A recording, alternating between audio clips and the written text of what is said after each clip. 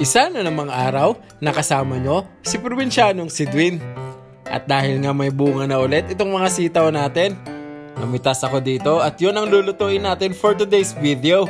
Syempre, hahaluin natin yan ang pinaka-favorite ko, ang karne ng dinosaur. Kaya samahan nyo ako at another kainan serya na naman ito mga kapromde. I won, manong! Sobrang nakaka-bless nga talaga kasi parang kailan lang nung tinanim namin itong mga sitaw na to. Pero ngayon, nag-uumpisa na ulit silang mamunga. At sinasabi ko sa inyo, once na nakapag-umpisa silang mamunga, talagang darating na sa point na magsasawa ka na lang sa kakagulay sa kanila. Kaya naman another thank you Lord sa blessing na ito. Tuwang-tuwa nga rin pati yung mga pamangkin ko. Paano ba naman kasi sila talaga yung nagdidilig at nag-aalaga nito. Tama lang yun, sabi ko sa kanila. Kailangan sa murang edad ninyo, matutunan na ninyo ang pagtatanim.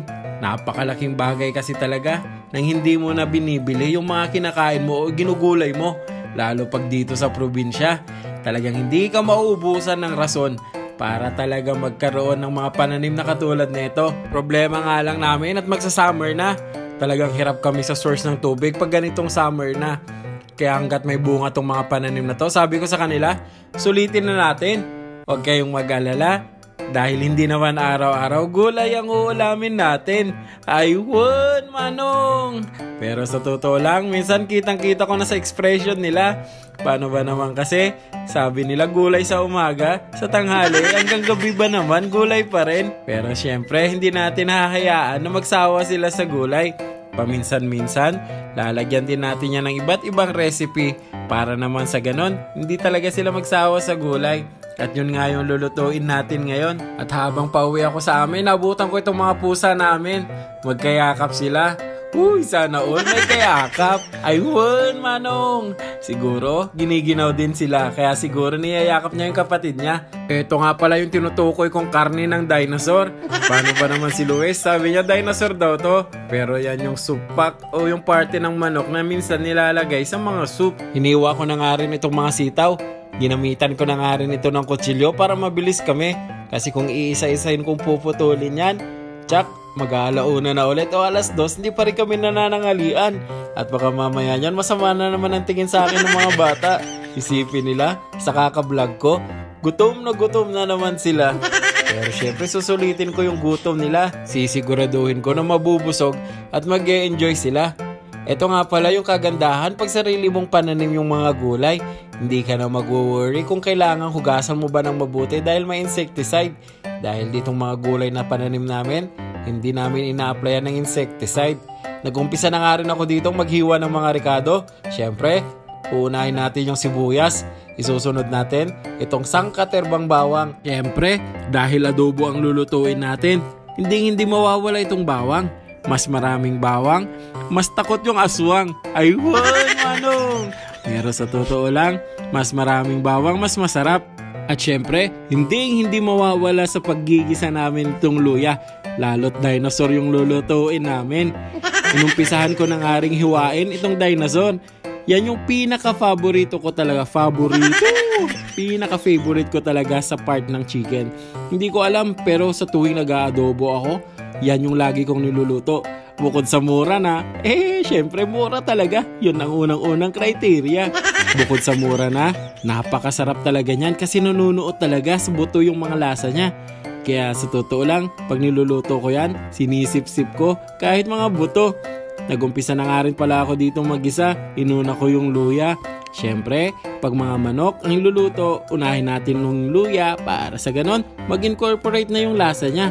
Sunod ko na rin dyan yung bawang at sibuyas. At pag lumabas na yung aroma, pwede na nating ilagay itong manok. Sana all may aroma. Konting gisa-gisa lang. Ang sikreto talaga dyan para hindi maging malansa pag nagluluto kayo ng manok. Kailangan yung i-drain yung karne ng manok para yung mga tubig-tubig, yung makasama niya pag hinuhugasan natin, hindi maisama dito sa igigisa natin. In that case, hindi yan magiging malansa. May bago na naman kayong natututunan. Kaya huwag kayong mawawala. Hanggang sa susunod, paalam! Ay, hindi pa pala tayo tapos. Siyempre, joke lang yun. Naglagay na nga rin pala ako dito ng soy sauce, ng suka, at saka ng syempre, lalagyan rin natin ito ng oyster sauce. Yan yung isa sa mga sikreto para maging masarap yung adobo natin. Naglagay na nga rin ako dito ng asukal na pula para pampabalanse ng lasa. Ewan ko ba kung bakit asukal na pula ang tawag dyan, hindi naman kulay pula yan. Pero wag na nating pagtalunan kung ano talagang tawag dyan. Pag ganitong adobo, much better kung lalagyan nyo talaga para mas lalong mag-incorporate yung lasa. Tapos, nilagay ko na nga rin itong sariwang sitaw. Nakakatuwa nga, pero sa aming mga Ilocano, ang tawag namin dito, utong. O wag kayong mag-iisip ng kung ano-ano ha. Utong talaga ang tawag namin dyan at walang halong mali siya. Pagkatapos nun ay tinakpan ko na. Tapos, ihanda ko na rin itong pwesto natin. Habang nagpapadidi yung aso ko doon, itutur ko muna kayo dito sa lugar natin. Bagong lugar nga pala ito. Dito tayo kakain sa silong ng langka. Ayan nga yung mga bunga ng langka, nakakatuwa. Kumuha na nga rin pala ako ng dahon ng saging at dyan tayo kakain ngayon. Paano kasi medyo pagod yung mga bata, kaya for sure tatama rin itong mga maghuhugas ng plato mamaya. Kaya sabi ko sa kanila, dito na lang kami kakain para pagkatapos, tapon na natin. Eto nga at luto na itong adobong sitaw natin with dinosaur. Kaya naman, ano pa bang gagawin natin? Syempre, kainan time! Sabi ko nga sa kanila, ako muna yung una yung kukuhanan ng video dahil ako naman talaga yung bida dito. Woo! Sana all bida! I won, manong! Kinuha ko na nga itong pinaka-favorite part ko sa manok. Ewan ko ba? Parang adik na adik talaga ako sa puwit ng manok. Para sa akin, kahit ilang puwit ng manok pa yan ang kakainin ko. Hindi ko rin pagpapalit yan kahit sa prito ng Jollibee. I won, manong! Ang sarap talaga pag sariwa yung sitaw. Manamis talaga yung lasa. Hindi nakakasawa. Kaya naman itong si Sitong sabi niya, kaya kain na rin ako.